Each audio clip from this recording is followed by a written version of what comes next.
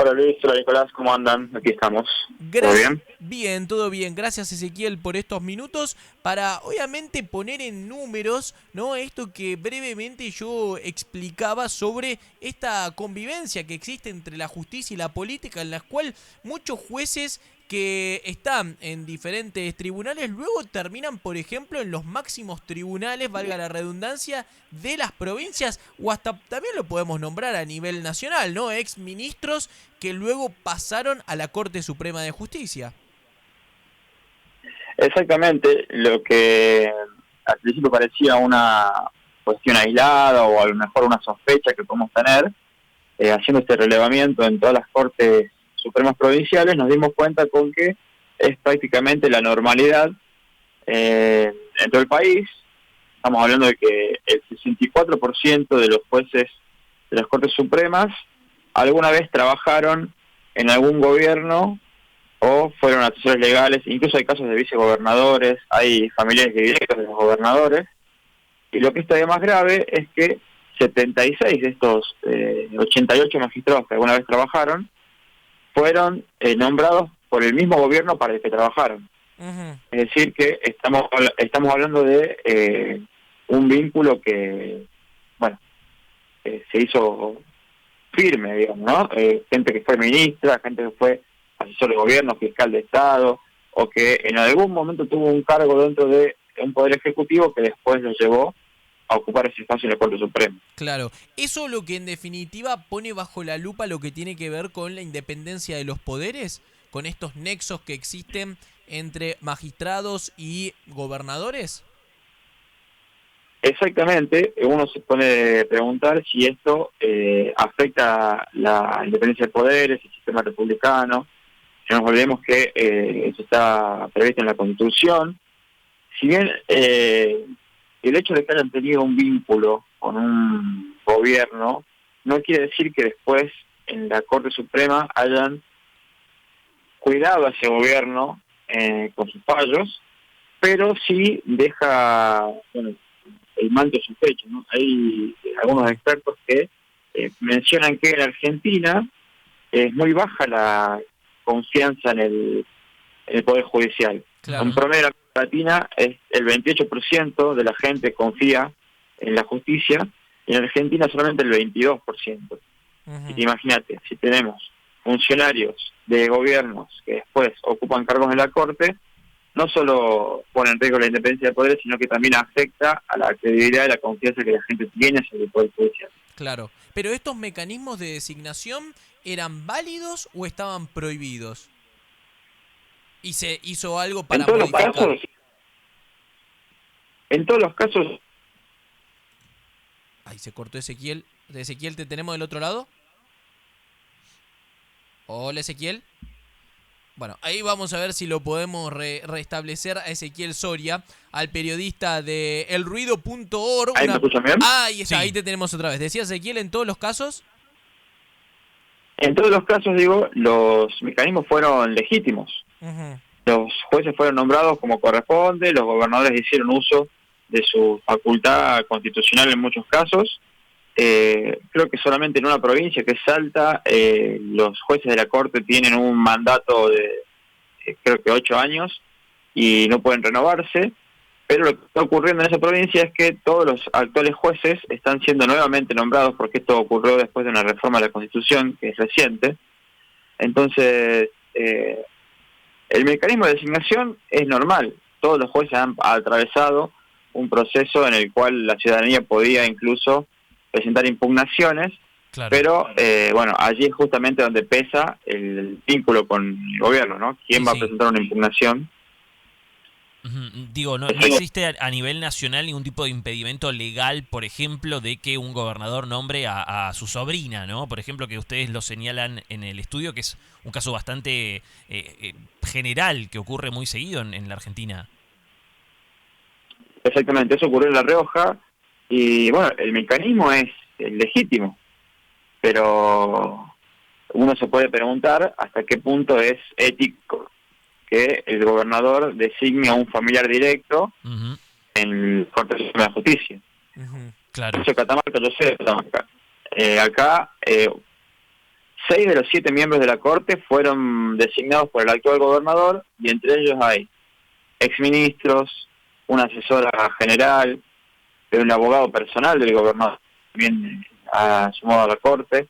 Entonces, si bien los mecanismos son los habituales, uno se puede preguntar hasta qué punto es ético, si corresponde, si no había mejores cuadros. Sí. Ustedes también en el estudio, Ezequiel, tengo entendido, elaboraron un ranking provincial en sí de cuáles son las provincias que, digamos, cuyas Cortes Supremas tienen mayores vínculos políticos y cuáles no. Contanos un poquito bien cuáles son las provincias que lideran ese ranking, es decir, que tienen mayores vínculos políticos, sus Cortes Supremas, y cuáles son los que tienen menos. Bueno, ahí tenés, el liderando del ranking aparece en San Juan y La Rioja, por ejemplo, que tienen el 100% de su Corte de Justicia integrada por exfuncionarios del gobierno. Uh-huh. Y más abajo en la lista, los que menos, creo que es Santiago del Estero, que ellos directamente no tienen a nadie. Ninguno de sus jueces ha trabajado en el Poder Ejecutivo antes de ocupar el cargo que tiene, lo cual es saludable, suponemos, pero bueno, te reitero, hay profesionales también que han opinado en nuestro artículo que, si bien mencionan que el mecanismo ha sido legítimo y que a lo mejor esto no quiere decir que los fallos de estos jueces estén direccionados, no deja de ser llamativo o preocupante en algún punto, porque afecta a la imagen que da la justicia hacia la población. Correcto. Ezequiel, en este sentido, digo, y pensando en los números, ¿no? De ese 22% que vos estabas mencionando, sí, que en la Argentina llega, digo, y la politización de la justicia, que es responsable de todo esto, ¿los números en ese descreimiento fue aumentando con el paso del tiempo o siempre se mantuvo? ¿Qué tienen registro ustedes?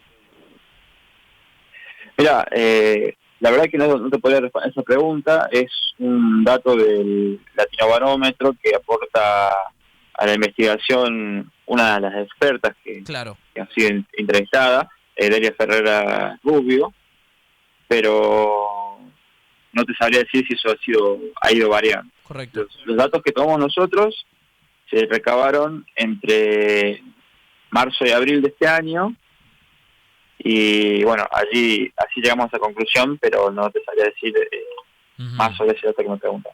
Claro. Ezequiel, ¿y qué tipo de información recabaron, por ejemplo, de la ciudad de Buenos Aires, que, digamos, no tiene su Corte Suprema de Justicia, pero sí existe el Tribunal Superior de Justicia? ¿Qué tipo de información recabaron y cuál es la situación en este contexto propiamente de la ciudad de Buenos Aires?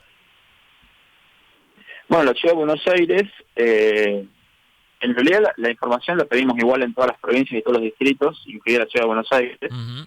Les preguntamos, hicimos un relevamiento previo buscando currículums de los jueces supremos, si es que existió algún tipo de vínculo, si es que tenían los sitios web de la Corte de Justicia tenían disponibles los currículums, si existían las declaraciones juradas, y a partir de eso hicimos un pedido de acceso a la información dirigido a todos los tribunales, en los que les pedimos que, bueno, primero ratificaran o rectificaran esta investigación previa y agregaran nueva información u opinaran si consideraban que existía un conflicto de intereses o aportaran sus declaraciones juradas en algún caso.